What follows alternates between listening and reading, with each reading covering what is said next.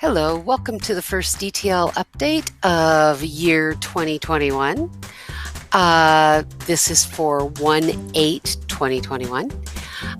First thing I want to show you from the update is the table of contents. Remember that each one of these are linked when you click on them so that you can go straight to that item. First thing we're going to start off with is some special announcements. So there are things that don't quite fit anywhere else or things that are just a little important. The first one is ID photos. And thanks to Scott Peth for pointing out that we may need current school IDs for COVID-19 vaccination. So if you've not already sent me a photo, please do so as soon as possible. I'm planning on running IDs on Wednesday mornings. Please include the words ID photo in the subject line of your email when you send it to me. And students should also be encouraged to still take ID photos. I did not get very many of them during the first semester, so encourage students to take ID photos if they have not done so far. The next thing is on Tuesday of this week, Google announced that they are doing the Doodle for Google contest again this year. It's the 13th year, I believe. And they are going to announce the theme on Monday, and they'll begin to accept submissions also on Monday. So please encourage your students to enter that their artwork for this contest. It's kind of a big thing. I have put the Google Tech Toolkit for Families and Guardians. It's now on the Brady website under the Family tab. I added this information just in case you get questions from students or parents about Google products, and make sure to remind them that we do not use Google Classroom, that we solely use Schoology, but that everything else in this toolkit will be of use to them because we use everything else that is in there. The next thing is I will be attending a webinar for the state of Colorado on hybrid logistics, secrets of motivation, and learning through new digital learning experience standards on February 23rd and 24th from noon to 4 p.m. It was a free sign up for this webinar. Please feel free to look in the tech deck under conferences, webinars, and newsletters for more information on that.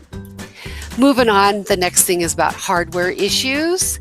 And just remember still to regularly connect your laptop to a Jeffco network. If you do it once a month, it goes faster. You know, the more often you do it, the faster it goes. All you have to do is come to a Jeffco network with your computer turned off, boot it up, and log on to that network, and it will download any updates to your laptop so that you can get everything in that needs to be in and all changes that need to be made. This is also important that if you change your password, that you do it on a Jeffco network. Otherwise, it will not catch up with your laptop until you go back into a network and catch up, and then that new password will apply to everything in there. So the longer you wait, the longer you will wait. Remember to keep your computer running smoothly by clearing your cache and your cookies. So to do that, and those cookies and stuff are the temporary internet files that are sometimes put on by different websites and stuff like that. So if you need help doing that, if you're not sure how to do that, make sure you follow the link that is on this page. The next thing is that ESS is no longer doing self-service tickets through there. They have now put everything into Jeffco Help, and I was a little frustrated by it on Thursday when I was putting in some stuff. It took me much longer to do it than normal, but I think once the learning curve is gone, it will be a wonderful thing. Right now, I'm not so thrilled with it, but it is everything in one place, and it is easier to see, like if network systems and stuff like that are down, you can just log into Jeffco Help and scroll down to the bottom of the page, and you will be able to see if something like Schoology is down right from there. You won't have to go anywhere else. So I think this is going to be really good once the newness comes off of it. And right now the system only serves employees, but the plan is to actually put out a version for families too. There's also an area out there where you can chat with people from the help desk and stuff like that instead of having to make a call. So just remember Jeffco Help if you need anything, and it should be on your updated desktop. If you have logged into a network recently and downloaded, it will be on your desktop as an icon. It's also on the My Jeffco page at the top on the right-hand side.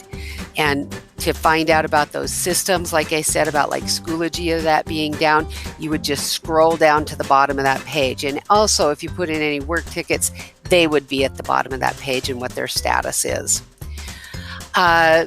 If you're an employee, it will help you see open tickets, chat with an agent, like I said, submit a ticket, or access all self-help. And there's an overview article that will help you out here. It's about a 5-minute read or so. So just to give you an idea about that. The other thing is that on slide 14, you're going to see a quick video. We're not going to watch it, but there's a quick video there about this whole system. The next thing is I have revamped yet again the notification of technology requests. So that's like if a student or a staff member needs another piece of technology or they need a different device or anything else, you can put in through that request. Or if you need a repair, if you put it in there, that will let me know. Plus, I've now added spaces for graduation or withdrawn. So if you know of somebody that's graduated or withdrawn, to give me a heads up, you can put it into there. Although Myra's really good about letting me know, and Joe are really good about letting me know when kids are being withdrawn and graduating, but just in case, you can put it in there if you want to. Please remember to use this form because I check that and it's easier for me to track and put down serial numbers with kids in that. That form is in the Brady staff shared files, and there is a link to it in this week's newsletter. Finally, we get to the curated items that I have for this week, and it's been about a month that I've been curating these because I haven't given a presentation for a while. But new to the tech deck, I have these ones that are 50 company culture interviews. Those are in the 21st century skills, 30 tips and ideas to bust winter boredom, 40 brain breaks for kids in classrooms and also for teachers in online working.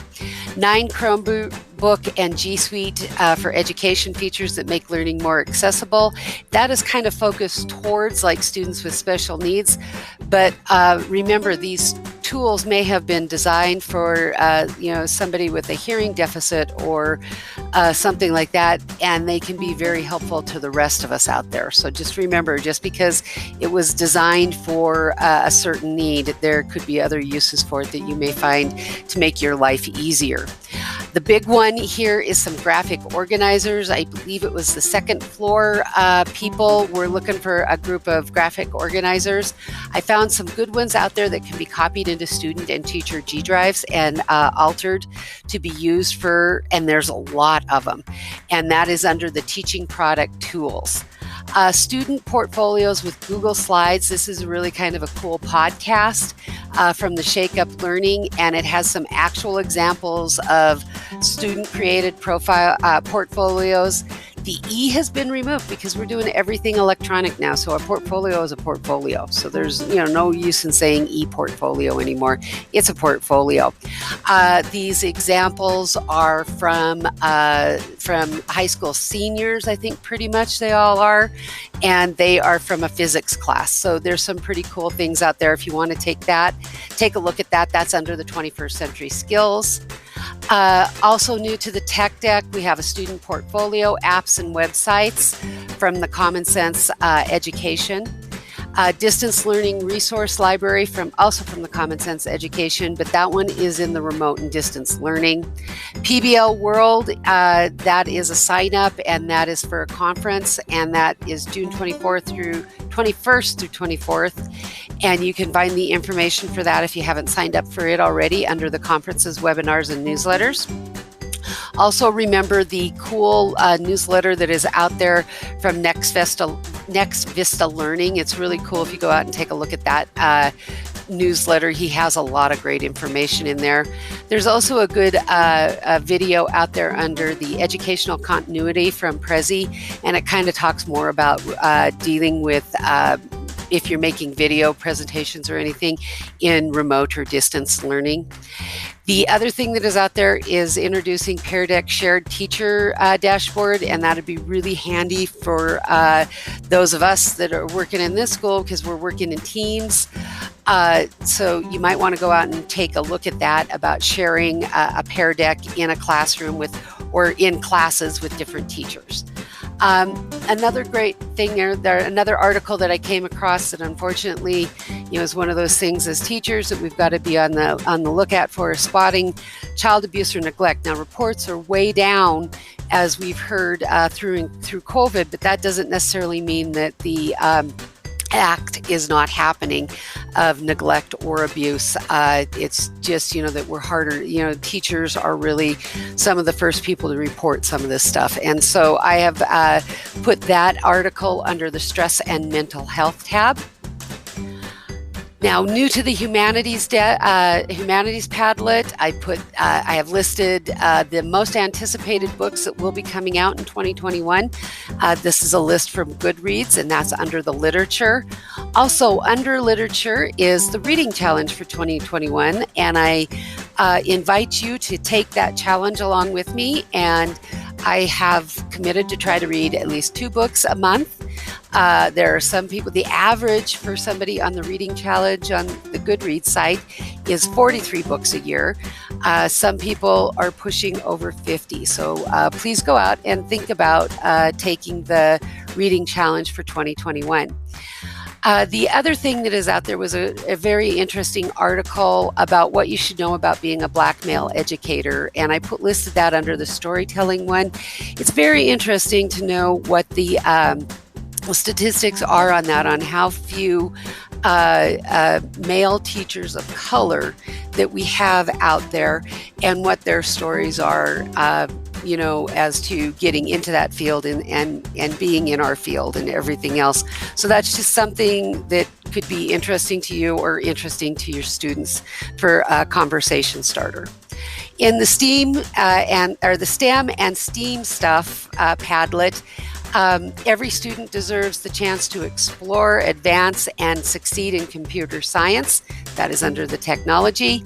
And then How AI Works is a video series from the code.org team. And it goes through, some of these things about AI, with it becoming more and more of a thing in use. And, we need to have understanding of it. So I encourage you to go out and look at those videos if you get a chance. Also, there is an article out there on helping to build an open sci-ed research agenda for students instead of your typical science classrooms. A video that I've included in here, it's not part of the Padlets or anything else, but I think this is something that may be coming up that students may ask, or you may fall into conversations with your kids about, how were scientists able to come up with these 2 or 3 even now safe and effective vaccines? And there's a lot of back work that was already done on this. There has been a lot of speeding up of the the approval process for these vaccines to be used. But over in slide 21, the title here is linked to a very interesting video that was kind of put out through PBS, and it's a very engaging too.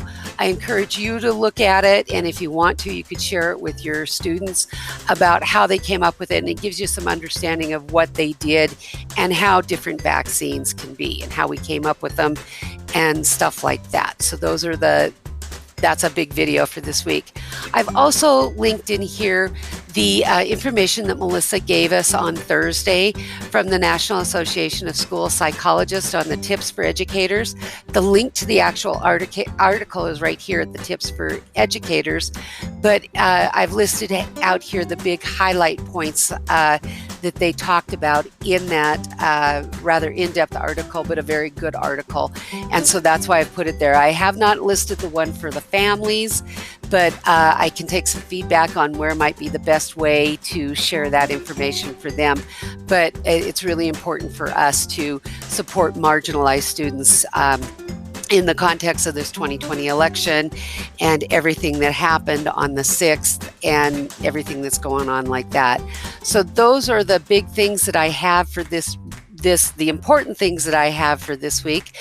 But I'm also asking you about your resolutions, if you've made any or anything else. There's a link to a nice little article here that's, it's not a little article, but it's actually a bunch of slides that goes through, and I think it gives like 56 different ideas for resolutions if you haven't come up with something to take on for the year or try to do through this, going to be a difficult year also, but not as difficult as 2020 because we kind of know what we're going into as we expect this.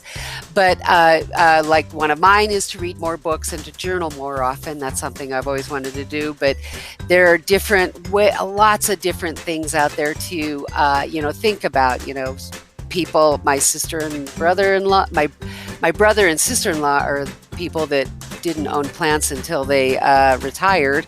So, that was a thing for them. You kind of think people don't own plants, but a lot of people don't necessarily do the same things. Another big thing is to consider therapy throughout this, year of mental stress and anxiety. So, different things that we haven't really thought of, and like sanitizing your phone more often and booking all your doctor's visits for a year so that you're clear on the things that you need to have done. Probably more important for me as an older person, but these are kind of things that they've put out there for resolutions that are ideas that you maybe haven't thought about. So just something for you personally to think about. If you have any questions, you guys know where to find me. I'm also out there on Twitter. So this will be posted in the Schoology shared file, the staff shared file, and along this video along with the presentation so that you can look at it at your own leisure.